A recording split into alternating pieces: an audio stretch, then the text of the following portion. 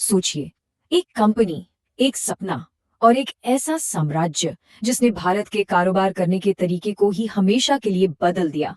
जी हाँ, आज हम बात करने वाले हैं रिलायंस की, उसकी अविश्वसनीय कहानी की। रिलायंस कोई कंपनी नहीं, ये एक आंदोलन है। सुनने में ये सिर्फ एक नारा लगता है ना? पर असल में ये वो सोच है, वो फलसफा है जिसने दशकों के सफर को रास्ता दिखाया है। चलिए जरा गहराई से समझते हैं कि कैसे। तो सवाल ये उठता है कि ये सब शुरू कैसे हुआ।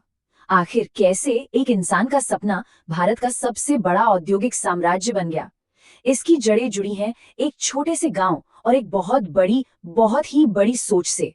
तो चलिए सफर के पहले पड़ाव पर चलते हैं, यमन से विमल तक, एक मामूली सी शुरुआत। कहानी शुरू होती है 1932 में गुजरात के एक छोटे से गांव से, जहां धीरूभाई अंबानी का जन्म हुआ। अब कौन सोच सकता था, है ना, कि यमन में पेट्रोल पंप पर काम करने वाला एक नौजवान जो वहीं से दुनिया भर के व्यापार के दांव पेच सीख रहा था, एक दिन इतना बड़ा साम्राज्य खड़ा कर देगा। देखिए, 1966 आते आते उन्होंने रिलायंस को एक टेक्सटाइल बिजनेस के तौर पे शुरू कर दिया था और 70 के दशक तक तो उनका ब्रांड विमल हर भारतीय घर में अपनी जगह बना चुका था। मतलब एक पेट्रोल पंप से लेकर एक नेशनल ब्रांड तक का सफर, ये वाकई एक जबरदस्त एम्बिशन की कहानी है। और यहीं से हमें इस सफर का पहला और सबसे बड़ा सबक मिलता है। बड़ी कंपनियां बड़ी पैदा नहीं होती, वो हिम्मत और लगातार कोशिशों से बड़ी बनती हैं। लेकिन सिर्फ एम्बिशन से तो काम नहीं चलता है ना, धीरू भाई के पास एक जबरदस्त स्ट्रैटेजी भी थी। तो चलिए अब जरा उस मास्टर स्ट्रोक रणनीति पर नजर डालते हैं जिसने इस पूरे साम्राज्य की नींव रखी। 50 लाख, सोचिए जरा ये कितना बड़ा आंकड़ा है। ये उन आम भारतीय निवेशकों की संख्या है जिन्होंने 1977 में रिलायंस पर भरोसा किया जब वो पब्लिक हुई। ये एक बहुत ही दहाड़ कदम था जिसने पहली बार शेयर होल्डिंग को आम लोगों तक पहुंचाया, मतलब इक्विटी इन्वेस्टमेंट को भारत के घर घर तक पहुंचा दिया। अब निवेशकों का ये जो भरोसा था ना, इसी के दम पर रिलायंस ने अपनी सबसे ताकतवर रणनीतियों में से एक को अपनाया, बैकवर्ड इंटीग्रेशन। सुनने में ये शब्द थोड़ा मुश्किल लग सकता है, पर इसका मतलब बहुत सीधा सा है। कच्चे माल से लेकर फाइनल प्रोडक्ट तक अपनी सप्लाई चेन के हर एक हिस्से पर पूरा कंट्रोल रखना। तो रिलायंस ने ये किया कैसे? देखिए, उन्होंने शुरुआत की कच्चे तेल यानी क्रूड ऑयल की सप्लाई को कंट्रोल करके। फिर उन्होंने जामनगर में दुनिया की सबसे बड़ी रिफाइनरी जैसी विशालकाय रिफाइनरियां बनाई। वहां से उन्होंने पेट्रोकेमिकल्स बनाए और आखिर में कपड़ों के लिए पॉलिस्टर और पॉलीमर्स तैयार किए। इस पूरे कंट्रोल का नतीजा, रिलायंस को एक ऐसा फायदा मिला जिसका कोई मुकाबला नहीं था। लागत एकदम कम और एफिशिएंसी बेजोड़। और यही तो रिलायंस का मूल मंत्र है, अपनी प्रोसेस को कंट्रोल करो और तुम अपनी किस्मत को कंट्रोल करते हो। यही सोच उनकी कामयाबी की बुनियाद बनी। चलिए अब रिलायंस की कहानी के उस मोड़ पर चलते हैं जिसने सिर्फ कंपनी को ही नहीं बल्कि पूरे भारत को बदल कर रख दिया। जी हाँ, हम बात कर रहे हैं डिजिटल क्रांति की, द जियो डिसरप्शन। साल था 2016। रिलायंस ने जियो लॉन्च किया और बस भारत में सब कुछ बदल गया। जियो का जो असर हुआ वो किसी धमाके से कम नहीं था।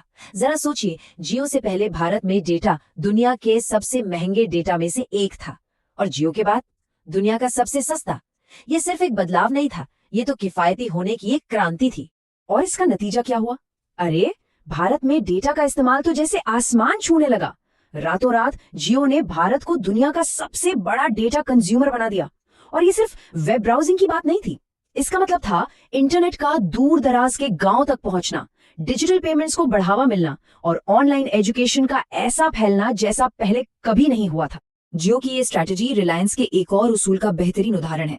मार्केट को डिसरप्ट करो, नहीं तो मार्केट तुम्हें डिसरप्ट कर देगा। और भाई, जियो ने तो मार्केट को हिला के रख दिया। तो सवाल ये है कि आज रिलायंस का साम्राज्य कहाँ खड़ा है। चलिए चौथे पड़ाव पर चलते हैं। आज का रिलायंस एम्पायर, इसकी ताकत और इसका पैमाना। साल 2020 तक रिलायंस ने एक ऐसा मील का पत्थर छुआ जिस पर यकीन करना मुश्किल था। वो एक जीरो नेट डेट कंपनी बन गई। मतलब सीधे सीधे शब्दों में कहें तो उन्होंने अपना सारा कर्ज चुका दिया था। ये उनकी जबरदस्त फाइनेंशियल ताकत और दुनिया के बड़े बड़े निवेशकों के भरोसे का एक बहुत बड़ा सबूत था। पर उन्होंने ये किया कैसे? उन्होंने फेसबुक यानी मेटा और गूगल जैसे दुनिया के बड़े बड़े दिग्गजों से स्ट्रेटेजिक इन्वेस्टमेंट्स हासिल किए। इन निवेशों से सिर्फ पैसा ही नहीं आया, बल्कि ये भी साफ हो गया कि दुनिया के सबसे बड़े नामों को रिलायंस के भविष्य पर कितना गहरा यकीन है। आज रिलायंस सिर्फ एक कंपनी नहीं बल्कि एक पावर हाउस है जिसके कई हिस्से हैं।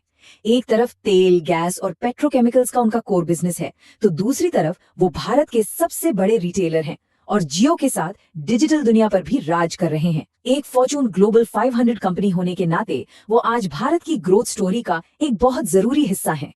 लेकिन रिलायंस यहाँ रुकने वालों में से नहीं है। उनकी नजरें पूरी तरह से भविष्य पर टिकी हैं। तो चलिए देखते हैं कि भारत के भविष्य को एक नया आकार देने के लिए उनका अगला प्लान क्या है। भविष्य का उनका जो विजन है उसके दो बड़े हिस्से हैं, सस्टेनेबल और डिजिटल। एक तरफ वो ग्रीन एनर्जी की ओर बहुत बड़ा कदम बढ़ा रहे हैं, 2035 तक नेट जीरो कार्बन बनने का लक्ष्य रखा है और ग्रीन हाइड्रोजन और सोलर एनर्जी में भारी निवेश कर रहे हैं। वहीं दूसरी तरफ वो एआई और क्लाउड कंप्यूटिंग के साथ डिजिटल दुनिया में और आगे बढ़ रहे हैं।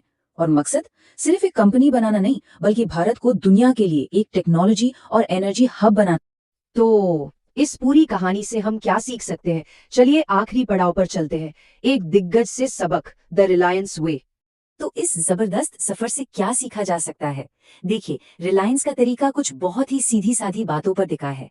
सपना बड़ा देखो, पर शुरुआत छोटी करो। हमेशा कुछ नया करते रहो, इनोवेट करो, लोगों पर इन्वेस्ट करो, हमेशा लंबी दौड़ का सोचो और एक ऐसी विरासत बनाओ जो कुछ महीनों या सालों की नहीं, बल्कि पीढ़ियों तक।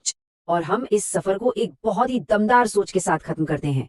अगर एक छोटे से गांव का एक इंसान एक ग्लोबल एम्पायर खड़ा कर सकता है, तो यकीन करने वालों, मेहनत करने वालों और टिके रहने वालों के लिए कुछ भी नामुमकिन नहीं है। रिलायंस की कहानी सिर्फ एक कंपनी की कहानी नहीं है, ये इंसान की हिम्मत और भारत की बेहिसाब ताकत का सबूत है।